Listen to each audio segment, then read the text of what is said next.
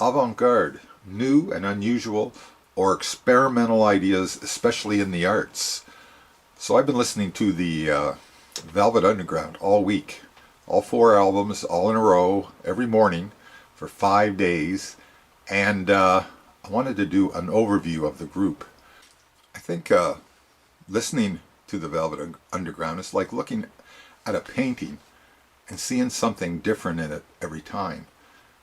Like every time I listened to these four albums, I heard something different, and sometimes a lot different every time I listened. So I think that really says something about what was going on with their music. I mean, it captures you in a different way than a lot of other bands, because it is so different.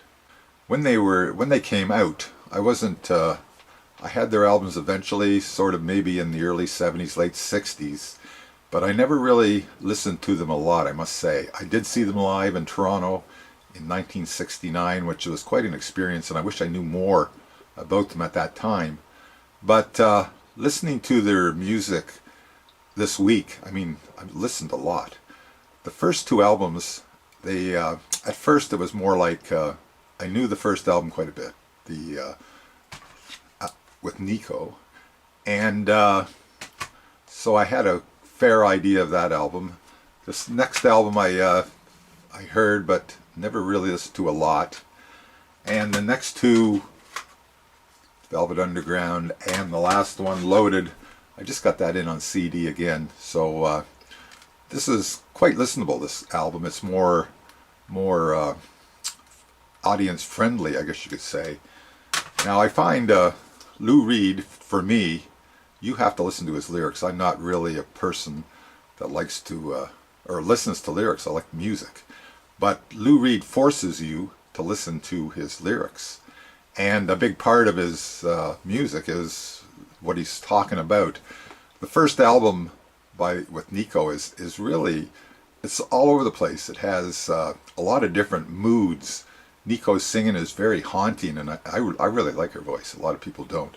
It's kind of off, just enough to make it unusual, but it has a haunting quality to it. And she does 3 songs on that album.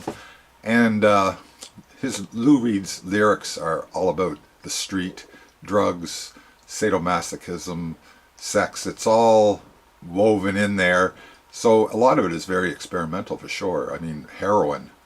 When they made this album, they didn't have a record label, so they did exactly what they wanted. And even when they had a record label, with their second album, they just went crazy in the studio and just blew everything right up.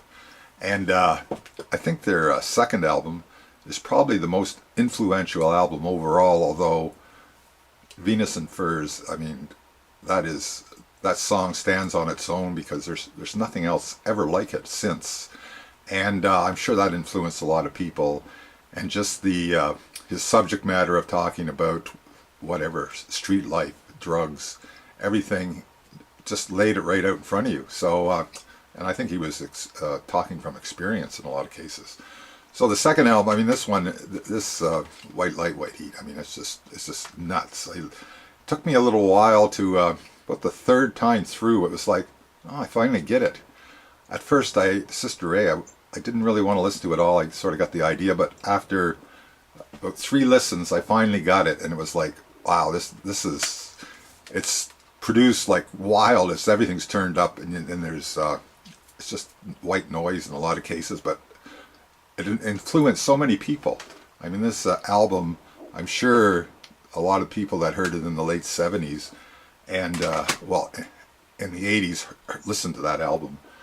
After that, we get a little more introspective with Lou's lyrics, and I still like these albums. But if I'm going to go back and listen to Velvet Underground, I'm definitely going to listen to the first album, and I think I'll probably go to this album too quite a bit, because it's more sort of overall listening. But Rock and Roll and Sweet Jane, I mean, you can't get any more classic than that.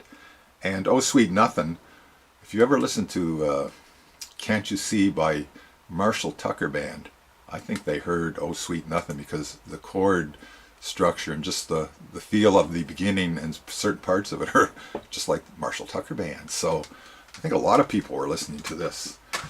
So that's sort of a general overview of Velvet Underground.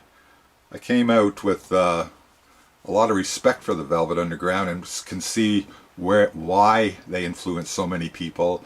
And Avant-Garde, for the first two albums, especially with John Cale, definitely I think John Cale added that avant-garde feel to it. His use of instruments, and he had already had dealings in avant-garde before Velvet Underground. And I think another thing, at this time, we considered this as underground music. Velvet Underground kind of works nice. Or some people said art rock and various different things. It doesn't really matter. But it was definitely underground music at the time. It didn't do very well. And Lou Reed went on to have a really successful solo career. And I listened to him a lot in the 70s. A lot of Lou Reed, right up till New York. And then I kind of fell out. But that's the Velvet Underground. So long.